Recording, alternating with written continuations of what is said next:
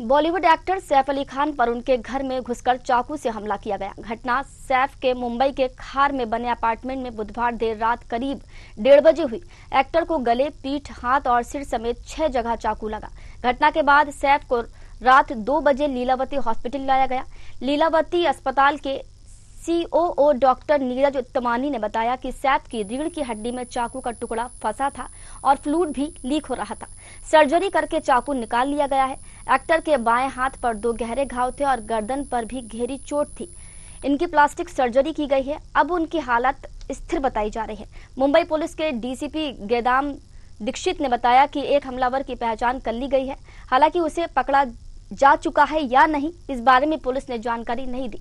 Police ने बताया कि सैफ के घर से 3 लोगों को पूछताछ के लिए पुलिस स्टेशन ले जाया गया है। इनमें हमले में घायल हुई हाउसकीपर भी शामिल है। पुलिस ने यह भी बताया कि हमले के बाद आरोपी सीढ़ियों से भागा था। चलिए ज्यादा जानकारी लेंगे। हमारे साथ और ज्यादा चर्चा के लिए अधिवक्ता सुप्रीम कोर्ट तनुज दीक्षित जी जुड़ चुके हैं।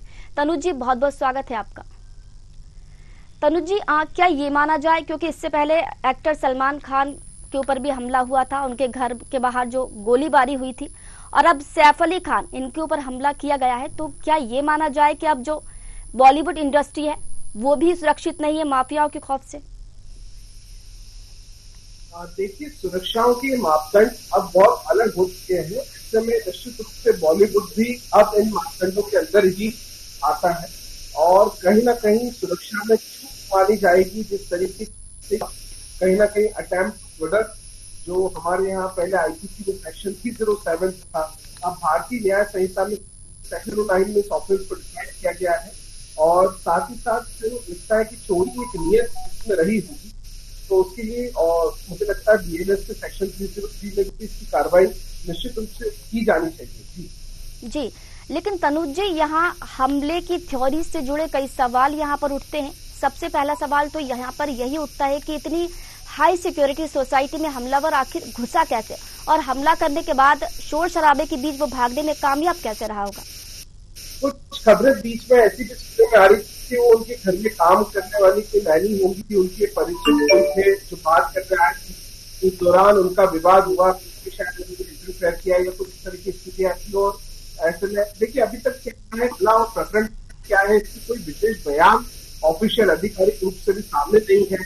तो अभी सिर्फ जो खबरें आ रही है मीडिया के माध्यम से, वही तो हम कर सकते हैं। लेकिन निश्चित रूप से जो भी हुआ बेहद दुखद है और कहीं ना कहीं इस तरीके के हमले रहवासियों के लिए, सोसाइटी के लिए एक समाज में संदेश दे रहे हैं कि सतर्कता और सुरक्षा पर ध्यान देने की प्रशासन को, सरकार को, कानून उद्योगों की आवश्यकता है।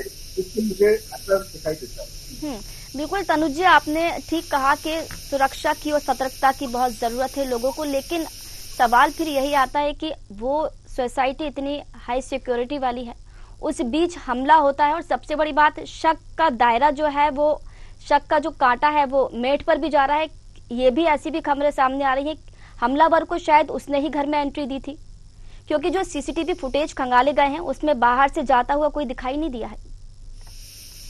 1,59,157 तक बिल्कुल आपने सही बात कही और ये बात बिल्कुल सही है। इसमें किसी और को लेकिन मैंने आपसे वही अभी तक आधिकारिक रूप से जो खबरों की पुष्टि है वो नहीं हो सकी है, और यही सबसे बड़ी वजह है कि हम लोग इसमें कुछ भी कहने के लिए अभी एक बार पूरा जो क्राइम का सीन है जो डिफाइन होगा, उसके बाद स्थितियां सामने होगी और फिर पूर्ण रूप से जानकारी भी होगी कि किस तरीके से ये हमला हुआ, क्या नियत थी, क्या वो परिचित था, क्या वो अपरिचित था।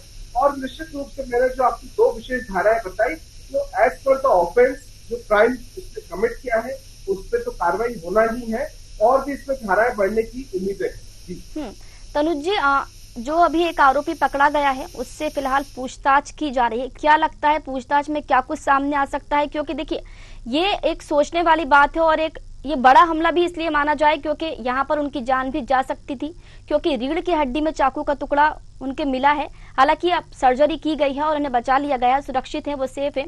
लेकिन सवाल ये उठता है कि क्या वाकई ये जो हमला हुआ है उसे चोरी की नीयत से देखा जाए, या कुछ और, कोई और सरगना इसका हो सकता है? स्टार्टअप का आप मान रहे हैं भारत की इकोनॉमी में? देखिए, अभी मैंने आपको वही कहा, देखिए आज पूरे क्लियर नहीं है स्टार्टअप इंडिया के प्रधानमंत्री जी का जो सपना था, ये परिचित है, कोई ग्रैंड है, कोई बड़ी ग्रैंड का काम है या परिणाम हमला है, चोरी की नियत से था, डकैती परिचित के द्वारा था, ये सब पुलिस का एक बयान आएगा विभिन्न क्षेत्रों में लोगों ने अपनी पहचान बाद उसमें जानकारी जिस देश में इनकी जनसंख्या इतनी बड़ी के बाद नहीं होते हुआ है, जहाँ रोजगार क्या इसमें है, क्या चीजें जहाँ सरकारी नौकरी ठीक है तनुज, ठीक, बहुत बहुत शुक्रिया जुड़ने के लिए और चर्चा करने के लिए।